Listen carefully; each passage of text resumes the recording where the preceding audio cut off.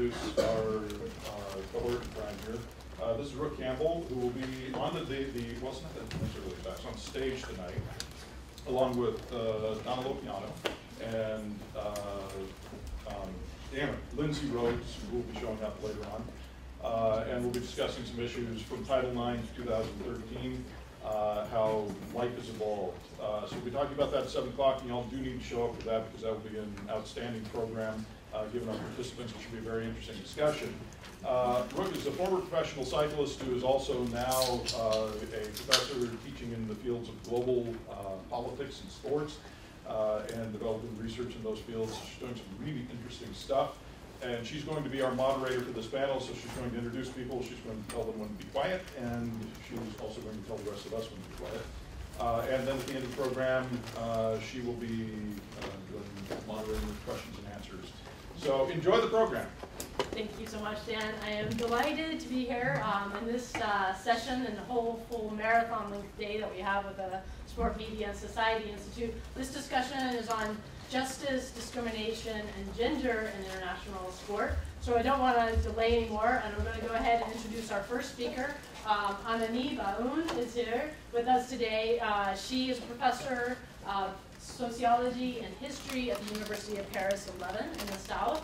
She is also director of the Institute of Sport, Politics, and Transformation and author of Gender Today in Competitive Sports. So I'll go ahead and turn it over to you. Thank you.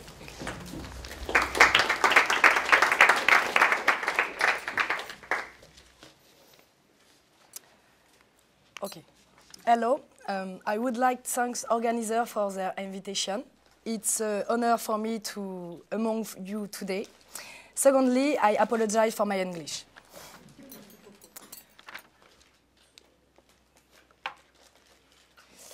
Competitive sports is defined more than any other social practice by an Olympic charter.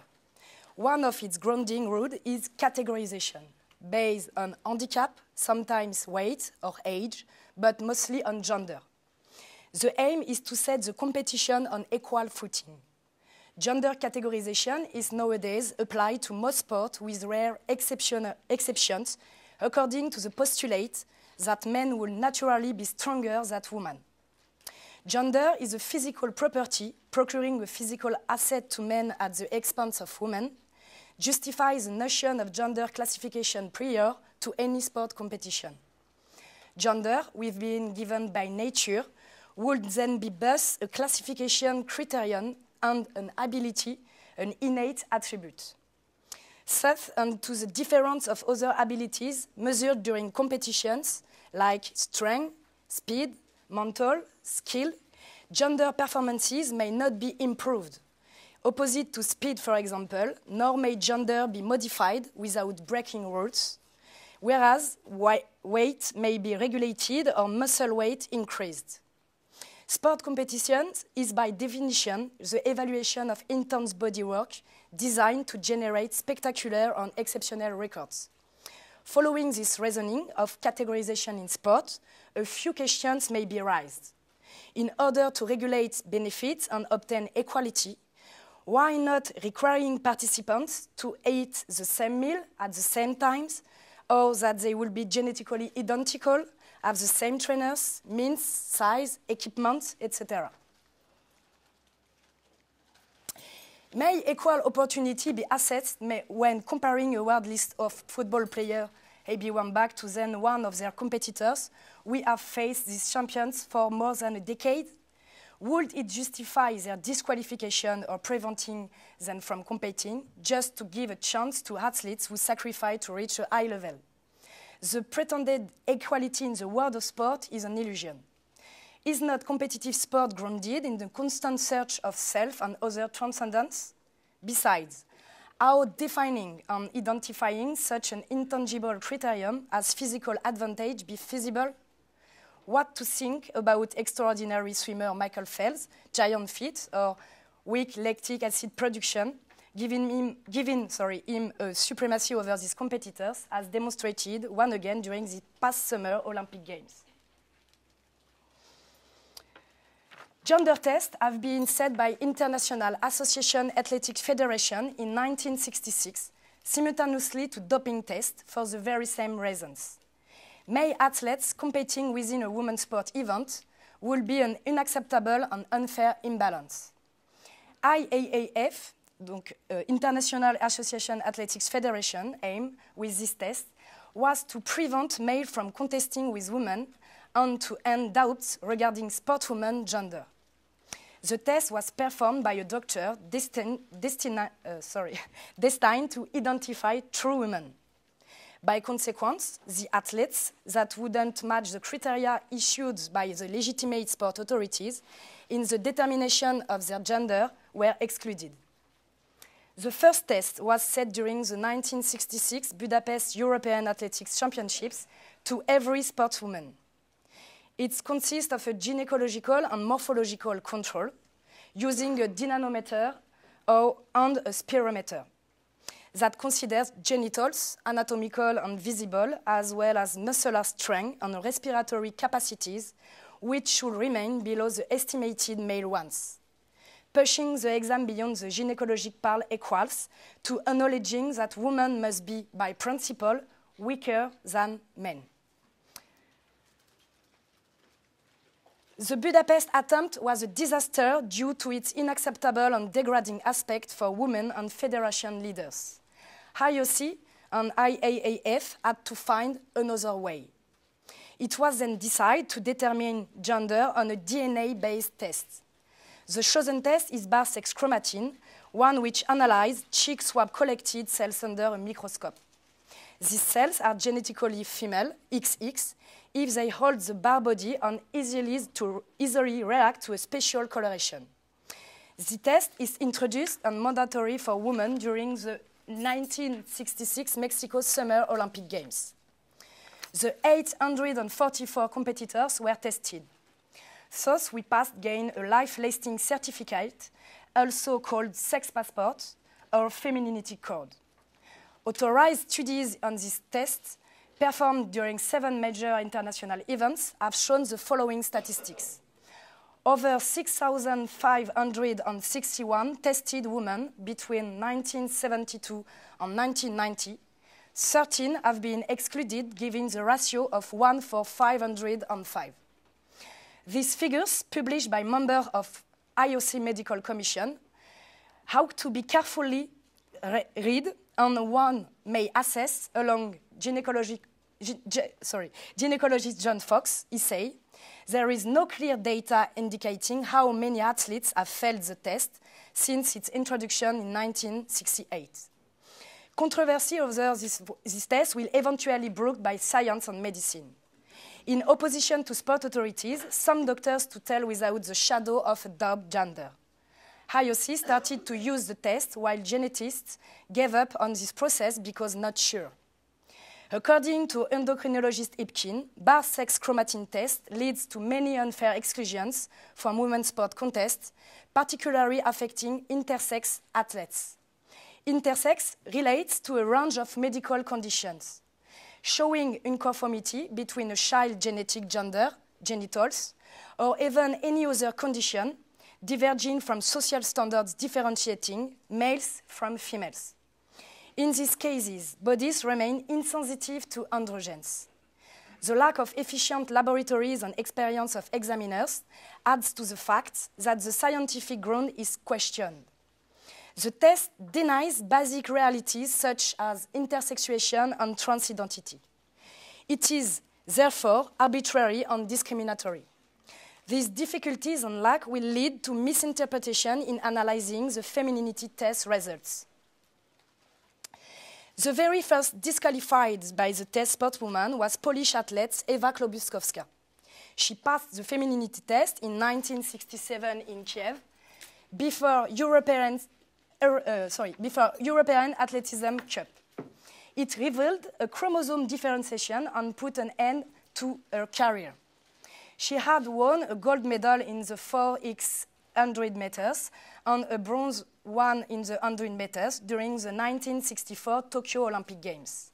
And she had passed the test under its third shape in the 1966 Budapest European Championships. Her negative result is publicly announced in Kiev.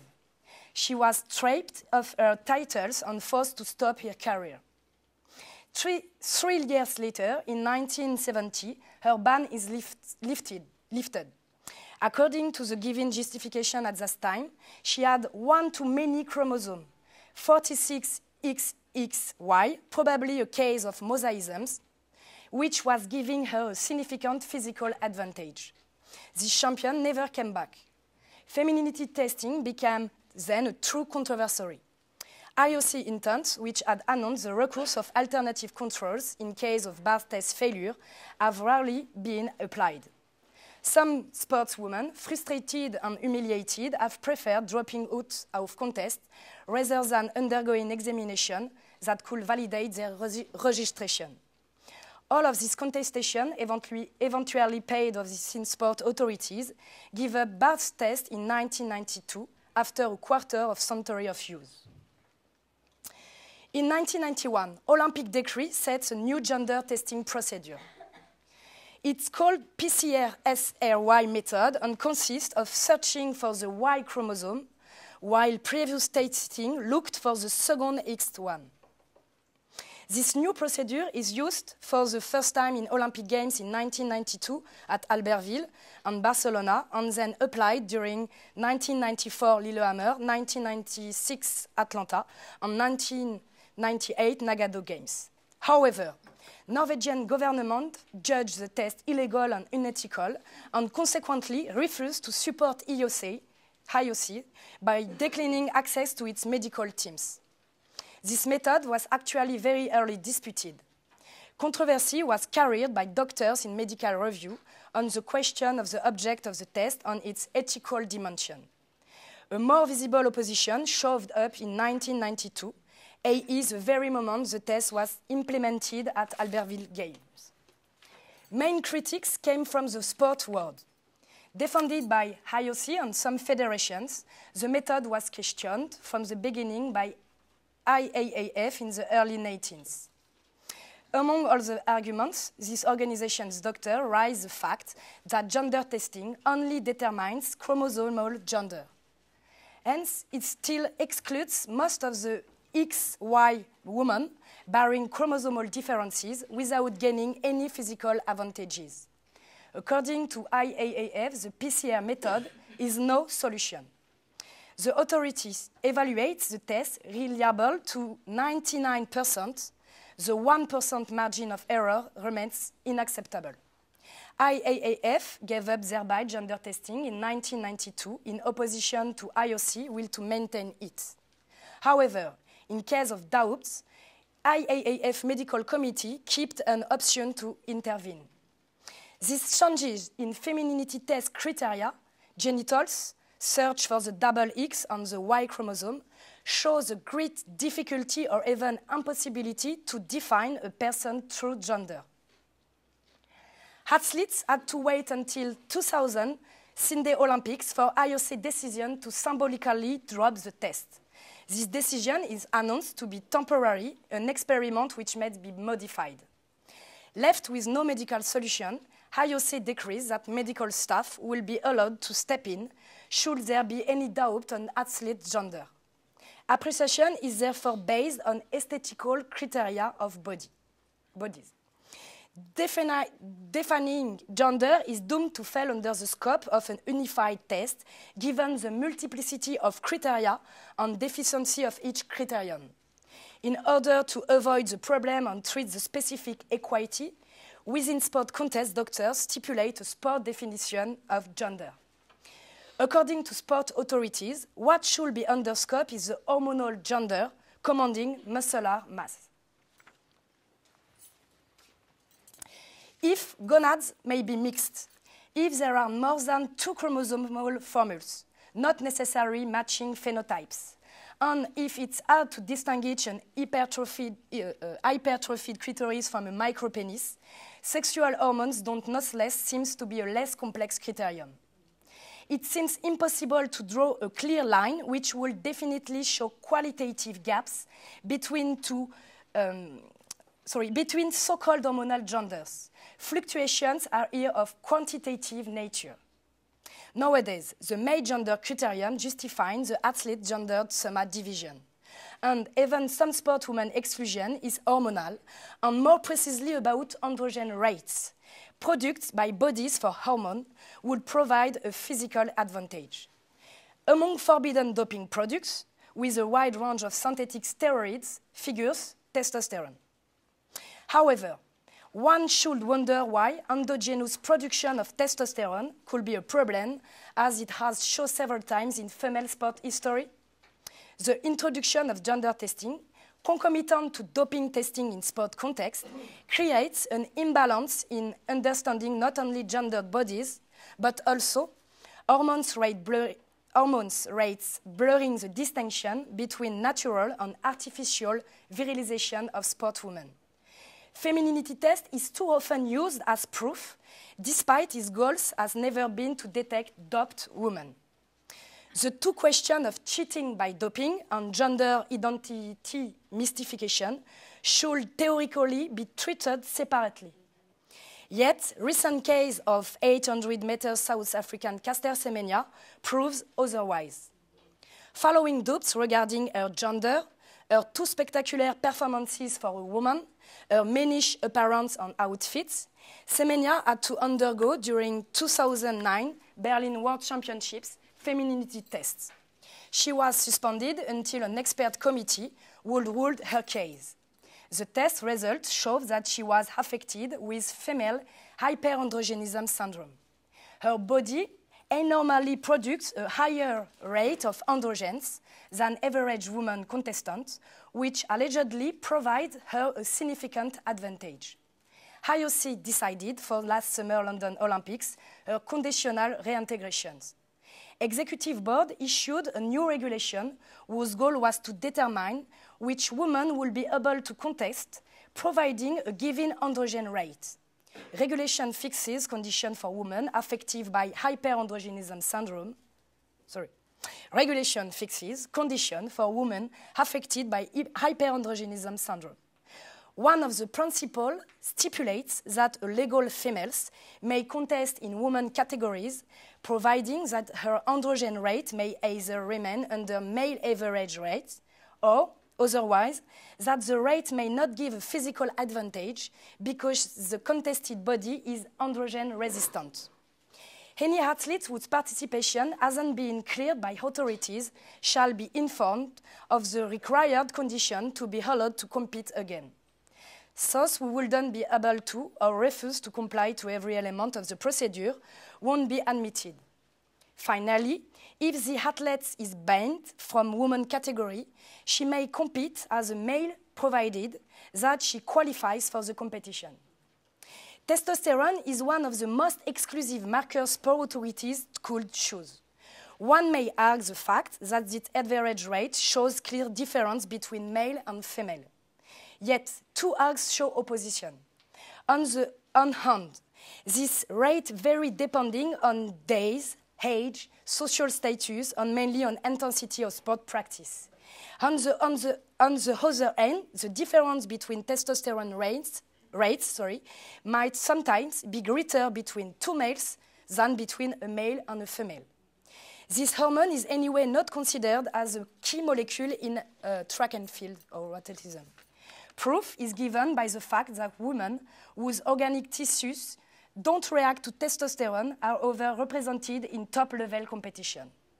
Why not giving up on ruling sportswomen physical performances? Why not choosing to celebrate this later instead? Has anyone ever figured out to outcast a sportsman that would produce too much testosterone until a treatment would lower his rate at an acceptable level? Why a woman's natural hormone rate should be artificially lowered? Why should this not be comparable to a male one? Beyond a threshold, woman testosterone production threatens the gender order as defined by history and medicine. Exogenous testosterone absorption by athletes is cheating because it breaks equity that is essential to any sport competition. Athletes, whether they are intersex or not, may, however, produce more testosterone than the average population and profit of physical superiority. But is not this imbalance as natural as the low heartbeat of exceptional athletes?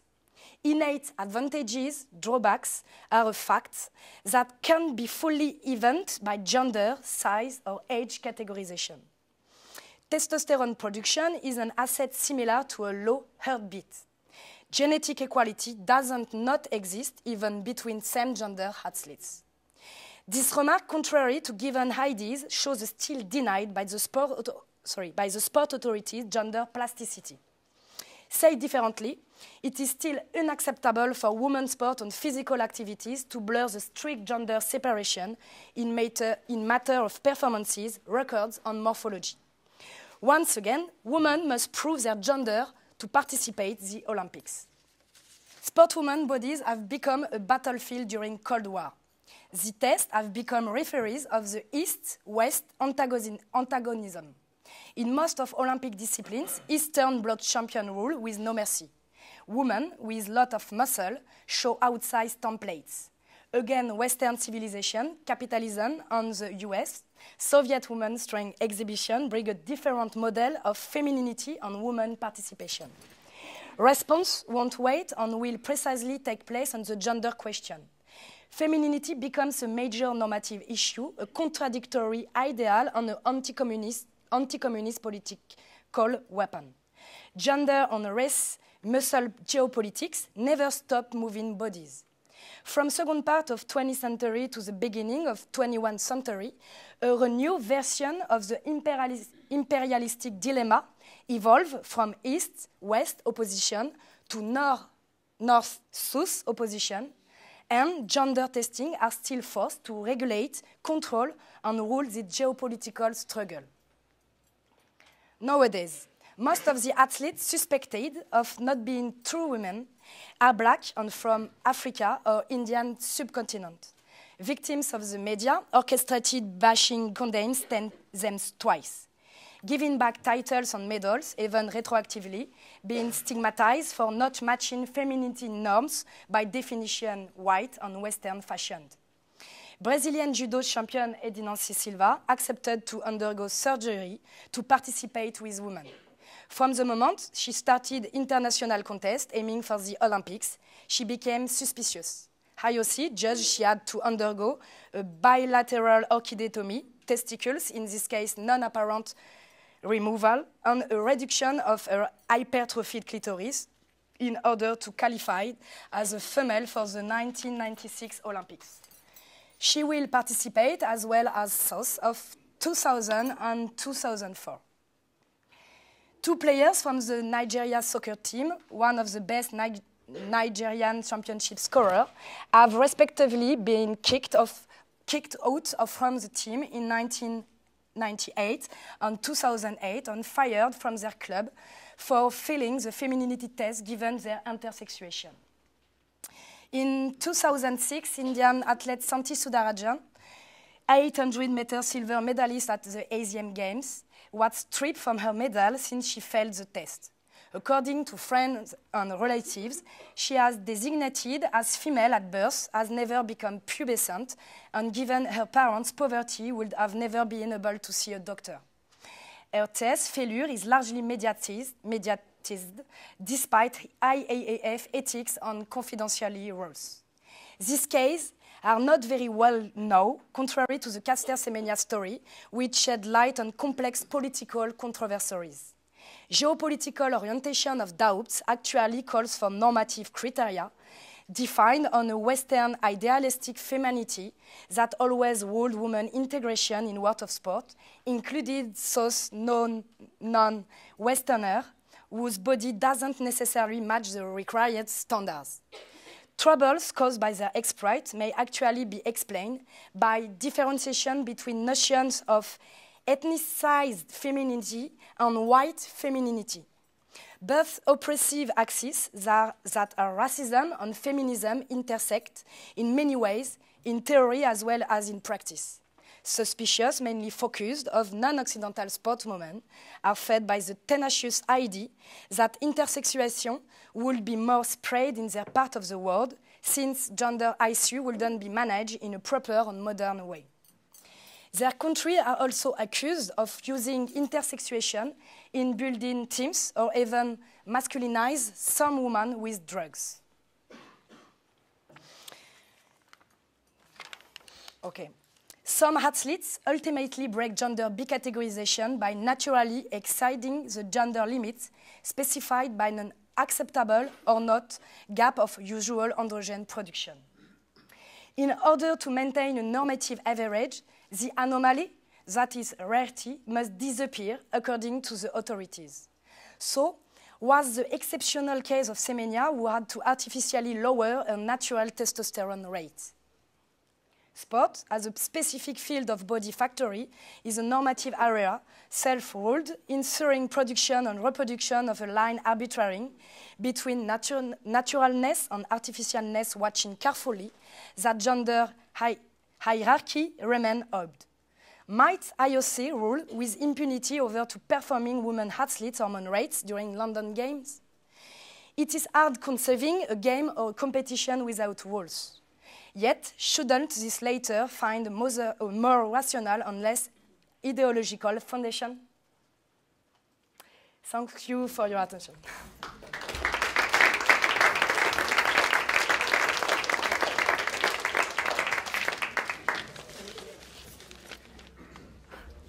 Okay, we're going to continue on to our next guest speaker today, Shari Dworkin, who is also going to be speaking on gender testing and verification, and then in the end we'll open it up to a Q&A. So Shari is a professor, associate professor and vice chair of the Department of Social and Behavioral Sciences at the University of California at San Francisco. She's author of Body Panics, Gender Health, and the Selling of Fitness, as well as co-author of Built to Win, a female athlete as cultural icons. Thank you. Thank you very much for inviting me to speak at this conference. Particular thanks to Dan Durbin and John Hackett, the organizer. It's really wonderful to be back on the USC campus, given that I graduated here with my PhD in sociology in the year 2000. So coming back after over a decade, it's just been wonderful, and it's also very humbling to present at this conference where there are so many intellectual giants in sport, media, and gender. Mike Mesner, Donna Lopiano, Mary Jo Kane, Don Sabo, the up-and-coming Cheryl Cookie. So I really appreciate being a part of the fold here. I'm really glad I'm presenting after your paper, because I think these are really synergistic papers, and it's such an interesting topic, and you can take a number of different angles on it. And what your talk actually helped me to do is really cut down a lot of the background on sex testing, and I'm going to dive right into really a media analysis of how it is that South Africa responded to the Caster Semenya controversy. But to be able to understand how South Africa as a nation responded to this particular controversy, I'm going to have to walk you through a little bit of background on gender in sport and gender in South African sport. So we'll do a little bit of that. So just to update you on the controversy, Caster Semenya ran the 800 meters in 2009. She was 2 seconds ahead of the second place winner and 2 seconds slower than the world record at the time. And if you look at media coverage of these events, the media really reports that the tests, originally called sex testing, then called gender verification testing, now those words are actually removed from the practice completely. But these tests were ordered because of, according to media, Semenya's deep voice, muscular build, and rapid improvements in times. And what happened ultimately was that the tests were really determined to be a private matter between Semenya and her doctor. This isn't really public information, and it should be kept confidential. Ultimately, what ended up happening is that the IAAF cleared Semenya to compete in women's track and field competition, and she ultimately competed not only in the World Championships in 2011, winning silver in the 800 meters, but also, you'll remember, in the 2012 Summer Olympics, carrying the South African flag. Now, you can ask so many different questions about this controversy, and I don't want to leave this room without you at least being aware of some of the work that's been done on the topic in this room. And Cheryl Cookie and I, along with Amanda Swar and Renissa Dykes, really structured a massive media analysis where we took a look at the US coverage of this event and South African coverage of this event. And I just want to walk you through a couple of sound bites of the published work that we already have on this topic. The first is a book chapter that's called Running Down What Comes Naturally. And here, in this comparison between South African and US media coverage, what we highlight is that the way the Americans covered the event is really to kind of use a frame of individualism. Just like you have a frame of individualism in American culture more generally, Semenya was really framed as this individual who was kind of at blame or at fault, almost as if she was, you could parallel these events with other sport controversies, like a male athlete hitting his girlfriend off the court, or a drunk driver who's getting a DUI and he's a football player. So it was very interesting to us that despite the fact that this is a naturally occurring process where an athlete can be deemed intersex, it was the case that media really framed this as almost parallel with other narratives of individual blame. And so just folks are, just to make sure that people are clear on what we're talking about, despite the fact that there's lots of popular rhetoric about the categories, male and female. If you've ever read Anne Fausto Sterling's book in 2000 called Sexing the Body, or if you've ever read her piece called The Five Sexes, Why Male and Female Are Not Enough, it is the case that approximately 1.7% of the population actually biologically falls in between male and female. And what becomes so fascinating about this as an intellectual issue, as a policy issue, as a justice issue, is that sport in and of itself is sex segregated, only allowing for the category male and the category female. So what are you left to do for this subset of the population that doesn't fit? And as if you're a student and you walk out of here, I don't want you to scratch your chin and say, so who cares about 1.7% of the population? It's a deviant population, it's a disordered population. Who cares about them? That doesn't tell us anything about sport. What I hope my talk does is, I hope that my talk asks you to, rather than discount this tiny number of examples as sort of irrelevant, I hope that you walk out of here thinking about how the categories themselves of male and female get shored up and reified and bolstered through this process of sex testing, and in turn, how that reinforces some of the very ideals that we hold so dear in sport around ideas about what it is that women's and men's bodies can do. In our second piece in the Journal of Sport and Social Issues, we continued with this analysis of comparing US print media coverage and South African print media coverage. And what we found here is that in addition to narratives of individualism, the bulk of US print media coverage really focused on these events as medicalized. It was really a site through which you could argue about, could true sex be determined? Could you actually medicalize the process of determining what male is and what female is? And while the US newspapers really tended to debate whether or not that was possible and talk about the promises and limitations of those tests, nonetheless, the dominant news frame was through this concept of medicalization and sex testing. While the South African media coverage, as I'll point out, really focused on viewing the sex tests and the controversy itself as evidence of racism and sexism in sport. And that's really what I'm going to dive into today in my talk. We also wrote a think piece on sport sex segregation and sex testing, asking critical questions about how is it that sex testing and sex segregation go hand in hand.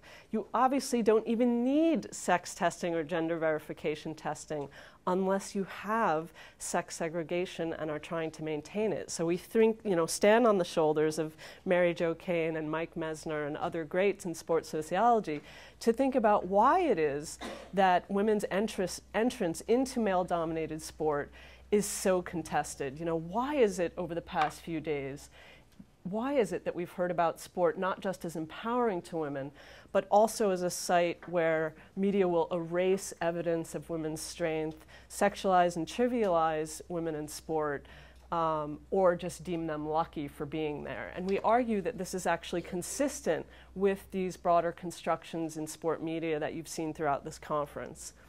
We also published a piece in the Journal of Sex Research in 2013 talking about some of the themes that actually the previous speaker was discussing about whether or not sport is really a level playing field. And we try to critically assess level playing field as a concept and also the concept of unfair advantage. Surely you can think about some volleyball players who are, or basketball players who are very tall and have unfair advantage in their sport. Surely you can think about Michael Phelps having Marfan syndrome and his large wingspan having a natural competitive advantage in sport. Surely you can dive into the literature and find PFCO, which is a congenital disorder that gives you increased oxygen capacity, which is an inherited mutation. No one's testing for any of these things. Surely you could go into the sport and gender literature and find that certain downhill skiers have a funny angle on their toe and length of their toe that gives them an unfair advantage in a lift-off in downhill skiing. We tolerate all of these natural advantages in sport, and yet we're consumed by weeding out this one particular, quote, unfair advantage. And I'd like to think critically about that with you today.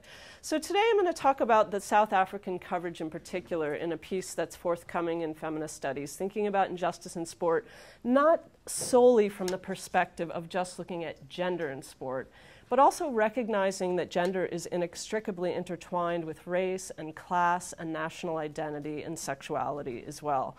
What became excruciatingly interesting to me is to look historically and see how many nations just kind of tossed aside their athletes who had failed the gender verification test, who had kind of tossed aside these athletes, asked them to quietly fake an injury, asked them to kind of retreat from sporting competition, and then enter South Africa.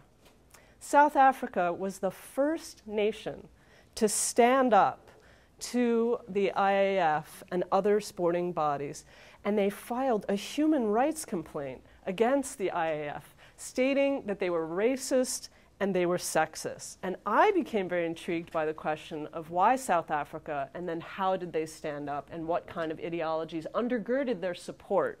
And that's what I'm going to dive into in a second. So we need first a drop of background on gender in sport. We've learned at this conference over the past few days that it's not simply the case that women are just welcome into sport with, warm, fuzzy, open feelings. It's also that they're acceptable when they're funneled into sport-specific sport, as Mary Jo Kane argued, in the 80s and 90s. And again, Mike Mesner has also argued about the contested terrain that female athletes really occupy. And I'd love for students to just pick up someday a book by Michael Kimmel or a book chapter by Mike Mesner. It's really important to think about this issue. Why is this so contested? And it's important to think historically about this. I don't know if folks know this, but in the US, sport forms at the turn of the 19th century as an institution that is explicitly set up to turn boys into men, to masculinize young boys, and to help socialize them into manhood.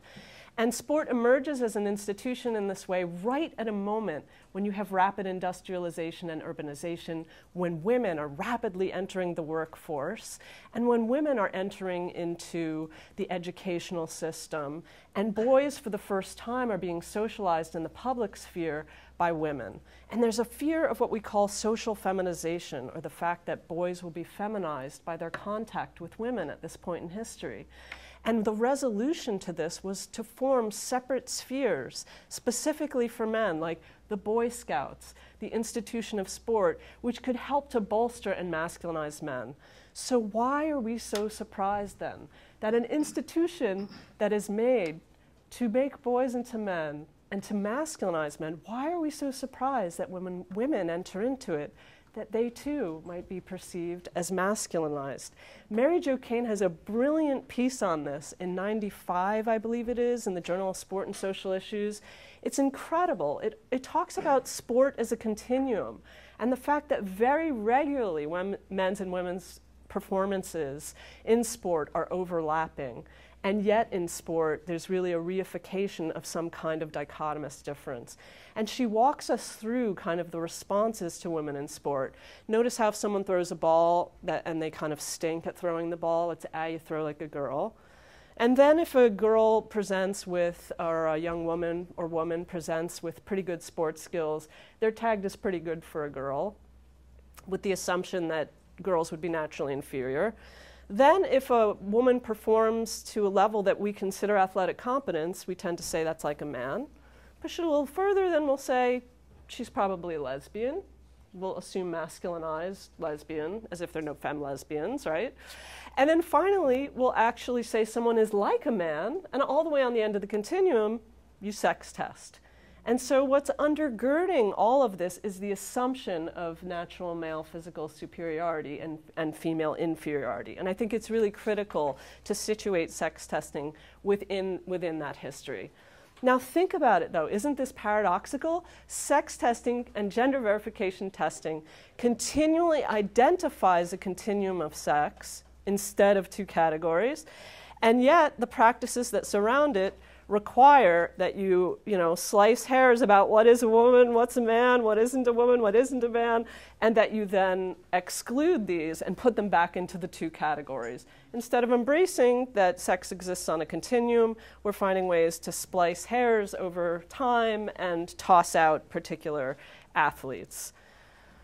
Now, the history of this has already been walked through, so I'm actually not going to walk you through the history, and I want to dive right into some of the media coverage. I think it's been made clear that we could relationally look at this, that men too could probably be tested to look at rates of endogenic testosterone, to say that some men have an unfair advantage over other men, and both of those would be naturally occurring advantages, and yet the lens hasn't really been put on that. If you're interested in this scientifically, I will offer a side note. There is a piece by Carcazzi, Jordan Young, Davis, and Camparicia in 2013 in the American Journal of Bioethics.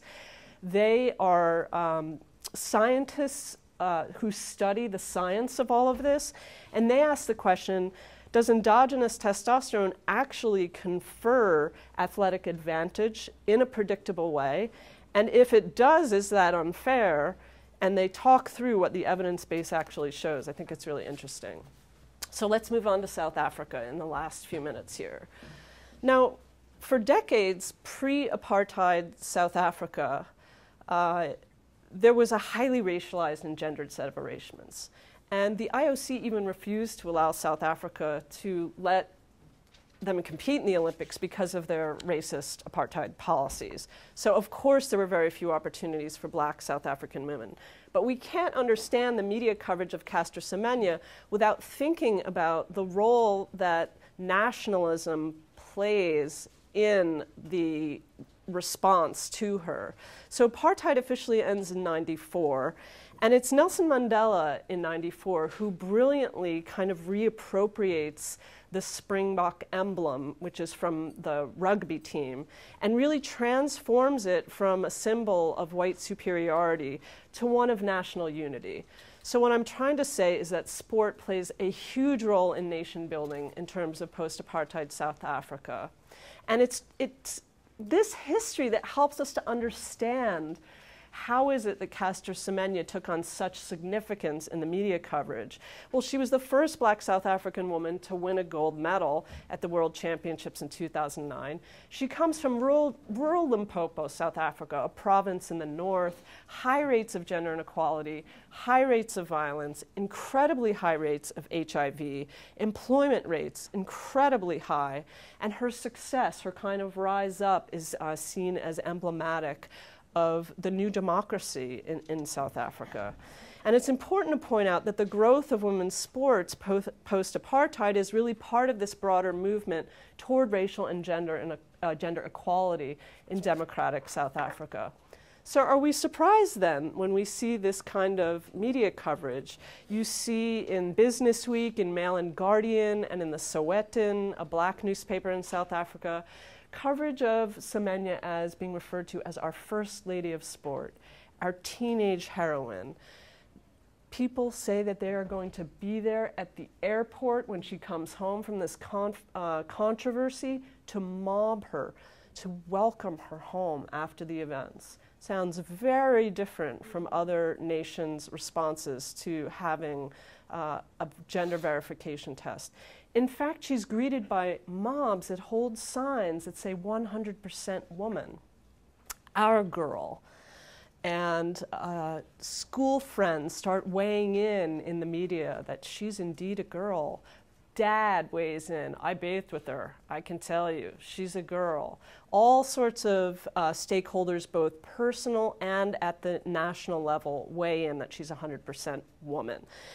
This coverage, I think, serves, there are 3 points that we really need to take away from this. First, they're ignoring her potential intersex status completely, right? She's being reconstituted into the category woman.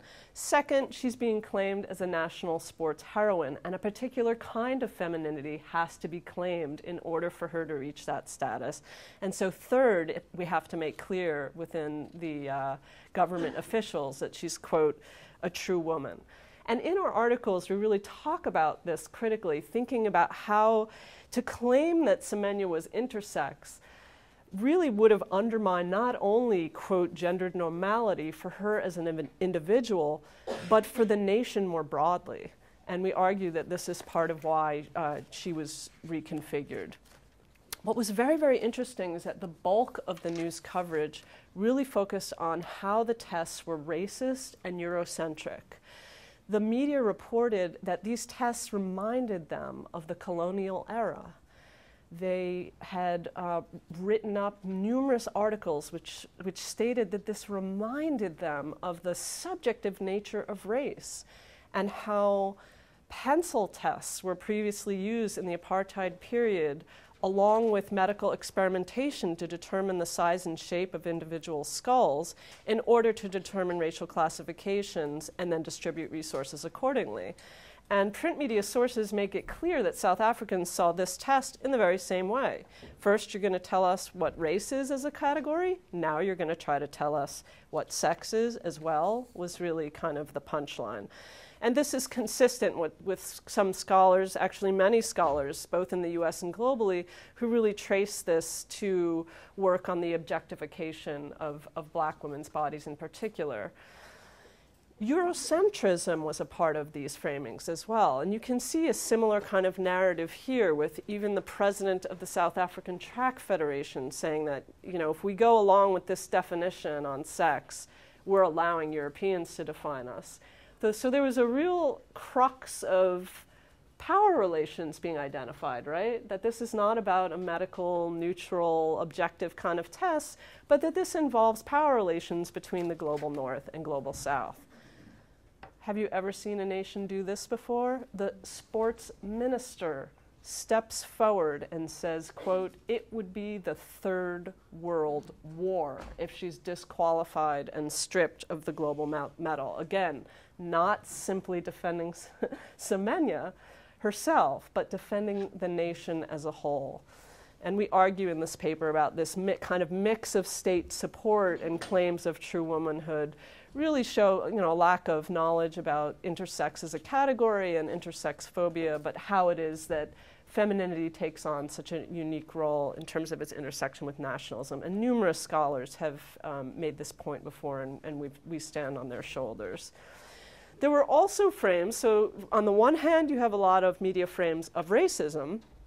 On the other hand, you had a lot of media frames that focused on sexism. And one thing we underscore in this paper is that rarely did these media frames intersect and looked at race and sex simultaneously. The issue was either about race or about sex, or gender inequality, I should say. So here, the sports committee chairperson says, this is sexist. the ANC Women's League weighs in and says, you know, this is like saying that women can only perform to a certain level, and then those that exceed that should be men, almost as if she read Mary Jo Kane's article. Well, there you go. I hope you're joking. Yeah. The ANC youth president weighs in and said, you seem to be saying that there's something questionable regarding her gender here, and this undermines all women of South Africa if these are your claims. Another ANC spokesperson, look at the number of government officials weighing in on this. We're condemning the motives of those who make it their business to question her because of her physique. This can only serve to portray women as weak. So in the interest of time, I mean, I think this gives you the flavor of some of the coverage. I think I'd like to talk in the discussion about a couple of points, particularly in media studies more generally. There's been some great work. I think Mesner and Solomon originally in 1993 talked about what was inside the frame and what was outside the frame, probably drawing on other work. But we've noted in our publications how what's outside the frame is clearly Castor Semenya's voice. She speaks occasionally, but it's clear that the predominant coverage is really talking about her. You know, the discussion goes about on and through her body rather than through inclusion of her. And other omissions that we point out are around some of the gender justice issues and sexuality justice related issues that are really embedded in this case. For example, there are intersex justice organizations in South Africa as a whole, and some of the government officials were saying, we don't have anything like that here in our culture. And so we talk a lot about how those groups would beg to differ. We also talk about the lack of intersectional analysis, or looking at race and gender simultaneously rather than as a single social category. And just to give you kind of a parallel example here, so Semenya is supported, protected, and she comes home with a medal. She's, you know, deemed a true woman, and then she meets the president of the country. Simultaneously, there's another black South African female sports star who's lesbian, who's murdered in this context. And so I think it's critical to think about the ways in which support of her as a true woman really erase a lot of the endemic violence in the environment more generally, violence against women, but also the endemic violence against those who are gender nonconforming in particular. We've talked a little bit over the last couple of days about the unique role that femininity plays in the production of nationalism, and I think this is a particularly clear case study of that. What you're also seeing is the vibrant human rights environment that is in South Africa in the transition to democracy, and yet the response does constitute intersex phobia and bolsters her heroine status through kind of pushing her back into that category of normality. Nonetheless, South Africa is the first country to file this human rights complaint. The newspapers clearly challenge the notion that muscularity or superior athletic performance isn't only in the male domain, and yet there's simultaneously a paternalistic and protectionist stance that's put forward. And I think this isn't simply about gender relations, but it's also about the simultaneous construction of race and class relations and global hierarchies between the global north and the global south. What's paradoxical, to close, is that the IOC years ago claimed that they were aware of and opposed historical injustices that excluded women from sport. And mandatory sex testing was set up to supposedly protect women from men who masqueraded in sport as women. And in the 36 Olympics, Nazi Germany did put forward a male athlete and have him compete, and he won gold. But there has been no known case of a man masquerading as a woman since. And now, paradoxically, the test is used to not, quote, protect women, but to weed out women, I think, who are displaying unusual athletic excellence.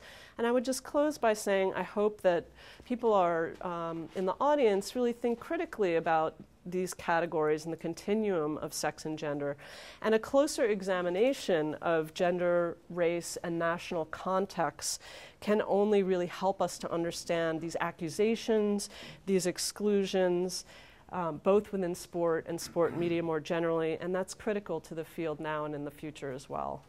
Thank you.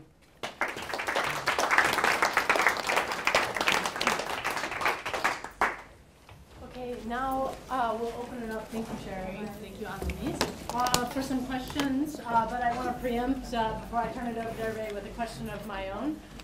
We've really had a sort of solid discussion here with both of you on gender justice issues and sex verification testing. So do you see, or what are the causes, if any, you see for optimism in the way forward before we turn it over all to the rest? At least parties are engaging in contestation and debate. They're saying that, you know, there's no medical basis for this and this bunch of tests, and so we need to do something to refine this. And now the debates are no longer about sex testing or gender verification testing, but now they're about specific levels of androgens, and they're not mandatory tests. They're only raised in circumstances of, quote, suspicion. On the other hand, I mean, the fact that the policies are changing and these are being so well debated now is good, but simultaneously, if you look at the actual practices are somewhat similar, right? You're still able to kind of raise suspicion if you're a female athlete and running against another female athlete and you're suspicious about the runner in the race with you, you can actually go and kind of challenge this particular person. So I guess the other point that I wanted to make in terms of optimism would be around interdisciplinarity. So in May of this year, I'm going to be going to talk at a society and genetics panel where there's some really, you know, hard scientists presenting a point of view that the tests have radically changed and they're moving in the right direction. And then there are others of us who are going to be there, you know, this is going to result in some policy change potentially. There are others there who are saying, why not just get rid of the tests? Well, you know, what purpose is this really serving? What is a level of a normal range of androgens? How on earth do we dive into the literature on what a normal rate is, given that biology intersects with people's cumulative practices? So how can we parse out what a natural rate is and what's produced by your bodily intersection with sport itself?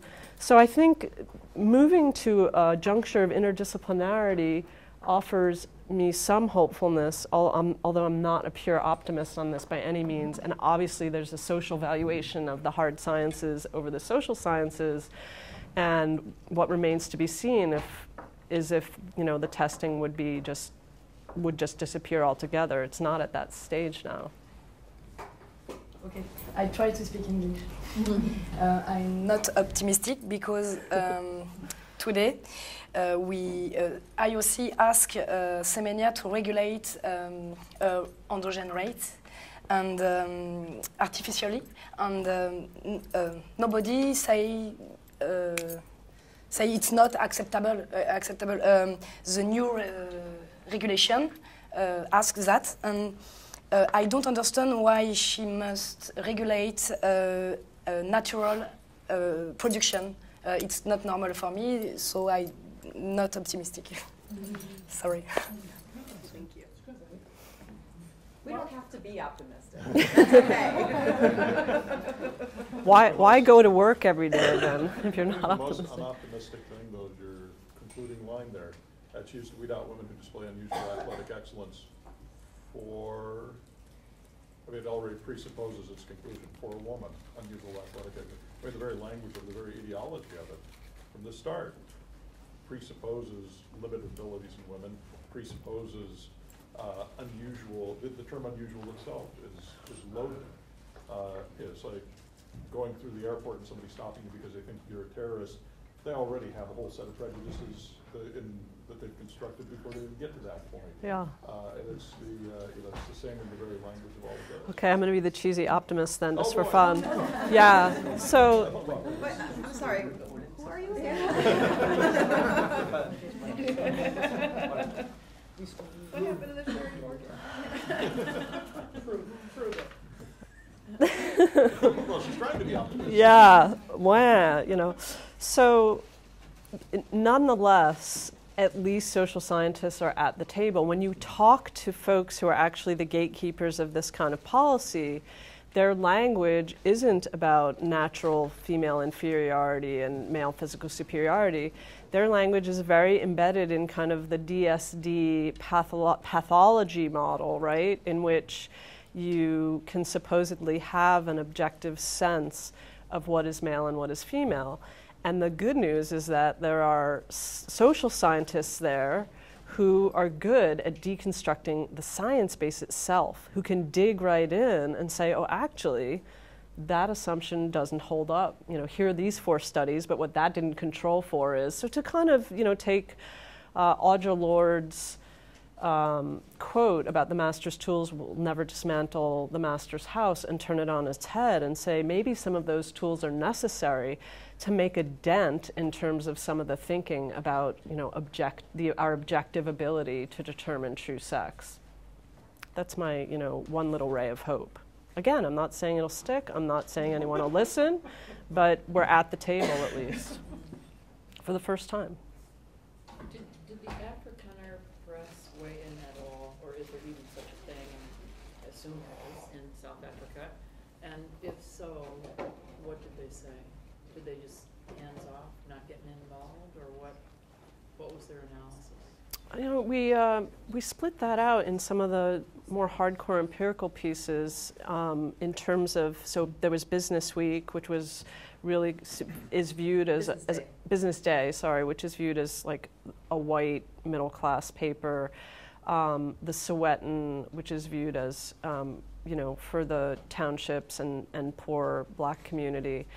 And then there's Mail and Guardian, which is viewed as kind of much more liberal, obviously, than Business Day. And I don't recall like an enormous set of differences across the coverage. It was really the predominant themes were racism and sexism without their intersection, really across all the papers. Yeah, is that your sense of it as well? Mm-hmm. Yeah. Then were you surprised by that? Yeah, I was. Surprised by that. I was, actually. Do you want to say more about that? No, I mean, I just think so much of this is loaded around, as you said, colonialism, race, sex. And this may seem so completely simplistic, but when you were speaking, I was thinking, because her body has been so encoded with a new country, right, post-apartheid, that the suggestion that she is fraudulent is also a suggestion that we, as an emerging country, are also That's fraudulent. correct. Is that, was that too simplistic? No, that's exactly what part of the argument really was in our paper as well. Yeah, that really is. And what I really appreciated how you pointed out that it was athletes from a particular part of the world who were being disproportionately tested. We've actually been asked that a lot, and we didn't really have a great answer. We've been searching around through the literature. It's pretty hard to find. Some of the cases are kind of quiet, while others were very, very well publicized. Mm-hmm. So it was good to see that you actually found that, no, this is disproportionately women from certain countries. And I think that really bolsters some of the arguments about nationalism and global power. Like only the Soviet women were the white ones who showed up there, right? And the others seem to be global south mostly. Exactly, yeah. Cheryl underscored that in the Larry Wenner chapter, the Running Down What Comes Naturally paper, and underscored that shift from the Eastern Bloc to women from the global south. Who's going to make the decision to accept the next recommendation from the medical commission? Is it the IOC? Who makes that decision? I think it's IOC medical committee. Is it the medical committee? Does the IOC have to, all the directors have to ratify that, or it's just the medical committee with the ultimate responsibility? Do you mean the decisions of individual cases or the Whether or not policy they're gonna itself? gender test or impose this new form of testing? For me, it's IOC Medical Committee because there is a new regulation, nouvelle règlement, c'est ça, new regulation, and it's signed by the president of Medical Committee, IOC. But to be clear, Is there a that committee, recommendation to the IOC, or yes, that committee advises them, the medical committee. So the IOC has to ultimately make the decision. They probably follow the recommendation from the So you team have of medical 90% experts male, 90% male body. and that is going all to- hard scientists Right. Yeah. from Well, endocrine the and IOC also, well, it's 80%. And the IAAF already has the new policy, the hypo. although they do have some previous female athletes who'd been tested in the mix now, although the ideologies that they adhere to are consistent with the policies. Not a big surprise there. It just strikes me that if you can, I'm responding to your optimism here, or lack thereof, that the battle to be fought, or the preemptive battle to win, is not at the level you're talking about. It's talking to Anita and talking to the women who are on the IOC and getting them to put a foot in the, their foot in the sand or draw the line in the sand so that this doesn't become a guys are gonna decide again. You mean in the front? Yeah. Getting the women, the few women who are on the IOC, educated to the same extent as you are now. I think they are. Can I speak to that? Because I actually was at the, last year around this time, the IOC held their, every 4 years they put on a Women in Sport conference. And this year it was in Los Angeles. I attended the conference. They had a panel on this very issue of sex testing in sport. And Eric Vian, is that how you pronounce his name, from UCLA, a very prominent geneticist, was there to speak, and also on the panel were 2 female athletes. Speaking about kind of, the issue from the perspective of female athletes. And so I thought that was a really interesting, I mean, Shari, you're speaking to kind of, having social scientists and feminists at the table speaking on these issues. So the IOC is kind of aware, and they're having these conversations through the lens of this being sort of an issue around gender equity or kind of women's and rights. needing the voices of the female athletes. Yeah, but it was, this, and how it was framed by the moderator was, we have this scholar and this expert in genetics, and now we from the scientific community, and now we have a female athlete who's a doctor who's going to talk about her experiences just being a female athlete. And then we're going to have this other person talk about their experiences. I think it might have been the female athlete who runs on blades. What's her name? She does the Revlon stuff. Yeah, I know who you mean. All right, Yeah. I want to draw, I think this interdisciplinary of being able to be at the policy table in medical or other sort of situations, and then interdisciplinary within the university is very interesting. Another thing that you guys touched upon was the human rights aspect and the sort of human rights complaint that South Africa brought against the IAAF. Would you speak a little bit more to some of the rights that you see in the actual basic rights language that is actually entailed in sort of gender verification and sex verification testings? I don't have a whole lot to say about it, actually. I mean, it's from my perspective, there's a right to participate in sport, period. And, weeding out people and tossing them out and saying that they're not eligible because of naturally occurring variation strikes me as a rights violation right there.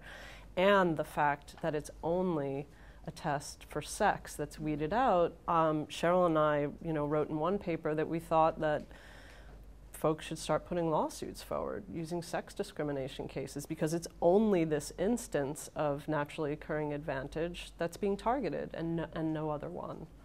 Has it been adjudicated yet? Not that I know of. Well, in the case of South Africa,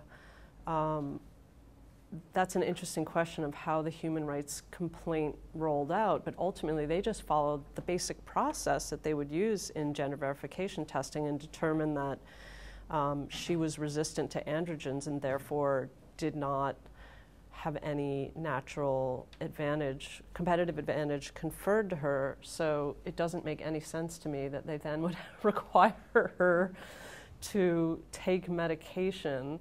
I mean, speaking of rights, I mean, look at the right to health that individuals have as well, and you're asking them to undergo surgery to participate in sport. I mean, doesn't that, violate your basic right to health as well, given that the medical complications associated with having surgery could be extremely dangerous and maybe wholly unnecessary? I want to point. It's difficult. I want to point out a fact.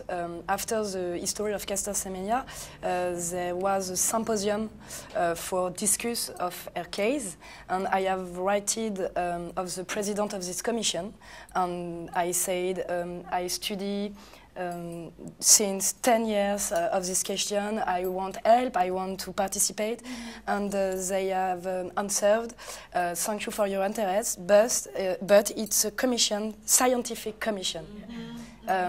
For me, it reveals a lot of things, this answer. Scientific. I'm a historian and a psychologist. I'm not scientific for the commission. No. It's a real problem for this case, for this question, really I think. Okay, there's some other questions. Thank you.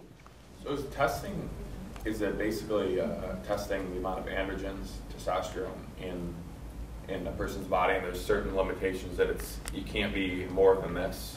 Is that what it comes down to? Hard. She's probably much more familiar with the specifics of the test. But yeah, it's androgens cannot exceed, 3 times. They have to be within a particular range. Yeah. Okay. At first, in 1966, it was a respiratory test or strength test, muscular strength, with spirometer and dynamometer. After, doctors searched the second X for determine gender identity. A woman must be XX. And after, the world of sport discovered the intersexuation, and they discovered that women can be XXY and etc. And in 1991, they decide to search the Y, and it's not a solution because athletes can be XXY. And now it's regulation of androgen rates. Athlètes, they be, alors ça c'est difficile, dans la fourchette, elles doivent rester dans la fourchette des femmes et surtout pas être dans la fourchette des hommes. Elles doivent, tu vois. You have different rates and you have to be like within a certain range, right? Yeah, Ah, you compris? Okay. But it's range of women and range of men, and right. the thing is that you have to fall within the range right. of women and not in the range of men. So a female body, like maxed out, normally can only produce about 1 milligram of testosterone per day. And males about 6 to 11, 11 being the way max. Mm-hmm. But how do you know that if a woman can only produce 1 milligram per day, and she's producing 2, even if it's naturally, how do you know, I guess I'm asking, how do you know it's natural? How do you know they're not, there's tons of different stuff a male or a woman can take, not even introducing exogenous hormones, but you can just, there's stuff that women use to help menstruate, they can't have a baby, that hugely increases testosterone production in male and female. So how do you know that it's not? How do you know that it's a genetic advantage, like Michael Phelps with morphine or whatever, versus they're just really good at cheating? I'm not saying they're cheaters. I'm not trying to say that at all. But how do you know? Well, I think what Shari you were pointing out was that it's the science behind it. They're like how do you say their name? Karkazi. Karkazi, yeah. Right? So these scientists have kind of dug into the literature, and they're finding, the kind of correlation between androgen level and performance. Isn't there? Yeah, it's not there in the science base. That's why I mentioned that piece. If you look at, Then why do all? We're talking about females here, but it's more prolific in the male sport culture. But Lance Armstrong, all the baseball players. Pick anyone that gets caught cheating. But that's what's doping. The number one thing they're using Yeah, is that's- testosterone. There are certainly doping tests, but I mean, this No, isn't but I mean, if testosterone is an androgen, and you're saying the androgens don't play a role in performance, then why would everybody use the biggest androgen there is, testosterone? It's a very good question, but I want to say why doping test for men or femininity, gender testing for women? It's a good question. We can regulate, we can observe rates androgen, but only with doping test for women and men. You understand? Okay, I so- don't understand why gender testing for women Yeah. and doping test for men. Thank you. All right, let's, let's Great. take another question or I two. just, so if I am intersexed and I come out loud and proud, where do I, with what, am I participating as a male or female? Or do I get to decide that, and where do Oh they no! stand on that? Oh no! Now It you can depends. vote. It depends on the results of your test. So there are there's so many different variations in DSDs, disorders of sex development. Some that do not confer competitive advantage, and others that do, according to the hard science. So if you were someone, and it happens all the time. I mean, we looked up the data in the Olympics. You know, a good chunk of women, a subset of women, have DSDs, and then they go through further tests, and it's determined that their particular DSE does not confer a competitive advantage. Then there are these other classifications. If you're not androgen resistant, then there's the possibility that you might be deemed to have a competitive advantage. And then that's when they use this testing to see the range of normal male and normal female ranges to make sure that you're not, as a female athlete, outside of that range. But no, the answer to the question you asked about, like, can the person decide? Absolutely not. And we know this about women because we test women, but what does the scientific literature say in terms of geneticists, et cetera, about what percentage of men would also? I've asked, it's a wonderful question. I've written, people across the country to ask questions like these, and they chuckle and say, great question, we don't know. We just don't know. There's so much of an assumption of what's natural that it's probably unexamined. But those scientists were really helpful and sent us other advantages that some men have over other men. And they've argued in the scientific community that here are this set of clear advantages that some men can have over other men, and they too should be potentially scrutinized, and why aren't they? I really find problematic the bleedage between the term natural and normal, though. Because natural, there are natural differences. Normal in the medical community, and I'm married to a medical doctor, and this is something that just drives me absolutely freaking nuts. Normal's a means of power in the medical community. I say you don't match the norm. Yeah. I get you to buy a drug to make you match the norm. You don't need to match the norm. There's no norm. There are averages. And people, there's an average, and people fit further and further or away from the average or closer and closer to the average. But then to parse out some group of that and say this is normal, that already sets hegemonic control over the entire process. And the medical community does this as a matter of practice. So standard the term SOP.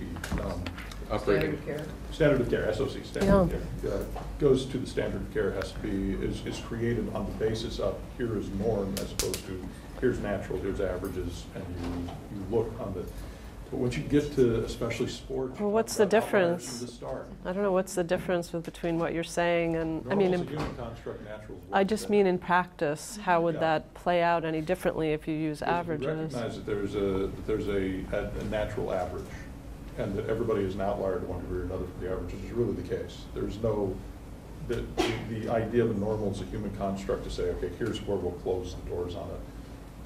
That is a purely human linguistic contract to say, here, okay, we're going to say this is normal, and we'll close the doors right out here. If you look at the language in the policy itself, I think it's kind of telling. The quote is something like, in order to respect natural differences between male and female athletes, I mean, that's the preface to the whole, I mean, it's pretty clear that that's what this is about. You know, one of the one of the things that I attended a conference in Glasgow about a year and a half ago, I think, and it was an organization I hadn't heard of. I can't remember the name, but it was international and it was devoted to sports, health, physical activity, etc. And one of the things I observed when I was there was how the political hegemony of the biomedical factions and leaders was everywhere. It was on the organizing committees, it was on the leaders, the president, the vice president. It was set up and the program was reified throughout the entire thing. And I'm just interested in what kind of strategy do you have in terms of trying to reach out in a, quote, interdisciplinary manner to dialogue with the biomedical scientists? You have to make friends with some of your enemies. You really do. You have to spend time with people and get to know them. And I mean, send them your articles. Well, I don't know. Yeah, I don't know.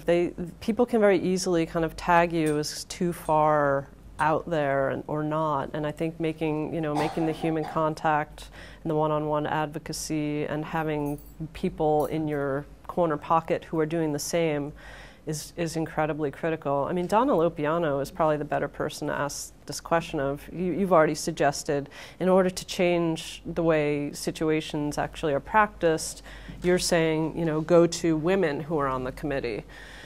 Surely that's one approach, but yeah, I tend to go with male allies or not allies and spend lots of time with people, yeah. But the suggestion is eventually it's going to be a political problem. Yeah, yeah.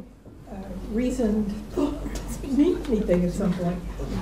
Can I get some powerful people to have an alternate storyline that makes them stop in their tracks? Same things with Congress, right? It's a personal issue. Some kid fell off his bike and then suddenly they're really interested in the issue because it happened to them.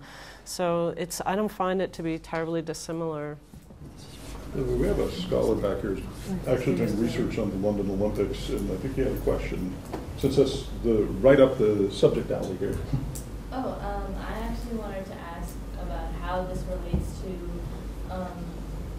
news reporting, because there were studies that came out before the London Olympics about how NBC and the BBC talked about how when a male athlete did well, it was because of his hard work and because of his the amount of practice he put into it, but for a woman it was just luck, or basically luck and lucking out in terms of her opponents or in terms of how the weather was that day, or even her body shape or anything. It wasn't based on her strengths and her hard work. And I was wondering how this relates to this discussion, because it's about how women are supposed to be naturally good at sports. Mm-hmm. Well, I think you've articulated it right there, right? Think about that first slide. You want to jump in here? I mean, the first slide, my talk talked about, like, there she is with her, deep voice and her rapid improvement in times. If you looked into the other coverage, it was, quote, man-like style of running, dominant performance. I guess that's called excellence. Masculine build. I guess that's called muscular. So yeah, the assumption undergirding this is sort of along the lines with what I raised on the continuum, right? If you're performing really well, there's this continuum of like a man, are a man, sex tested. And there's no talk of training, no talk of luck, no talk of experience, no talk of anything except like a man. Well, okay. I want to get back to his point. Haven't we gotten to the point in terms of doping controls that we're looking at pre-post testing individuals now as opposed to artificial norms? Isn't that where we are with doping? Which answers the question, your question, I think. is if she's producing, 2 milligrams versus 1, it's what her pretest was. That's the issue. And that would determine doping. Okay, so if you get them on as a kid and they're 2 their entire life, does that mean that they can just stay at 2 forever? That's what I thought. Well, it may not be a result of doping unless they start doping Right. at an early age, right? But I'm saying that takes care of that concern. I guess living in a mud hut in rural Limpopo kind of throws me for that argument. Yeah. I mean, it's just the poverty levels that are outrageous. Yeah.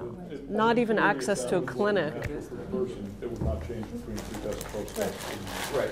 So is the goal, is what you're saying is that you want, instead of gender testing, you want it to be equality between male and women and just drug testing, essentially? Yeah, That's one argument. That's one argument. shouldn't be a gender control. It should be a Right. doping control. Yeah. I mean, the issue is that when we test women, it's around, which is your point, which is she a real woman in terms of having an unnatural advantage because she's an excellent athlete. But when we test men, it's never around their manhood or masculinity. It's about, are they cheating to beat other men? Mm-hmm. That's right. That's the issue. Yeah, that's a piece of it. Yeah. I think it gets back to one of the core questions of athleticism is that athletes are outliers. So you're not going to be right at the center of what is considered natural or normal or whatever you want to call it. Right. You're not going to be right at the center of that. That's right. Which means pre-testing, during testing, and post-testing becomes really important because you have to have a consistent read of somebody's blood work. But by the same token, the moment you then say, yes, but we're going to segregate this group, we're also going to give them the test for this reason because we think too much of an outlier makes you not a woman. That already is a pretty good set of gender assumptions and really a debate. It sort of reminds me of the debates in the 80s. I know Mike Mesner shows this film in his sex and gender class on female bodybuilding. And it's kind of behind the scenes looking at how the judges are rating the men's bodybuilding versus women's. And it's obvious, like everyone is on steroids, it's obvious. And the conversation is never in the men's sport around kind of, what are they doing to what are they taking to get so big? Have they taken so much that they're too much of a man? And behind the scenes, the judges are in huge fights over femininity. Just, that's too feminine, and that's, too masculine. And again, kind of the splitting of the social ideal, even though both women and men are pumped up full of steroids. Can I just say the elephant in the room here, though, is that we value winning and competition in sports. So when you remove winning and competition, and if sports were about the pleasurable aspects of movement and not so much about achievement orientation, then a lot of these questions go out the window. Right? This only matters because we believe that sports is a level playing field and that we believe that competition and winning is what should matter the most in sports. So. Sure. Well, another little monkey wrench. Sure. I'm just throwing. I'm going to throw one more little silly thing on the table. Not that your point was silly, but that we could flip this too and say, when we test men, when you do doping tests for men, we're going to start calling them masculinity tests. Yeah. And then when they have too much, then if we label the really hyper masculine men as real men, then the rest of the men who are watching are no longer men. So I mean, we mess with the gender categorization, and this is why you don't want. Wouldn't you love it? Like failed the gender test. Yeah. Right. Oh, totally different connotation. But yeah, it does exactly that. I want to thank all three of our folks here. I'm in the uncomfortable and embarrassing position. Rook's going to be in a program later, so she's going to get her clock later on. Yeah. So it's not that we're overlooking her. But we do want to thank Anaïs for whom. And okay, and I've got one final question because I hear people saying it. Shari or Shari? It's neither. Damn it. What the hell is it? How do you say the word APPLE? Apple. Shari. Apple. Shari. From LA, I have no music accent. Okay, thank you.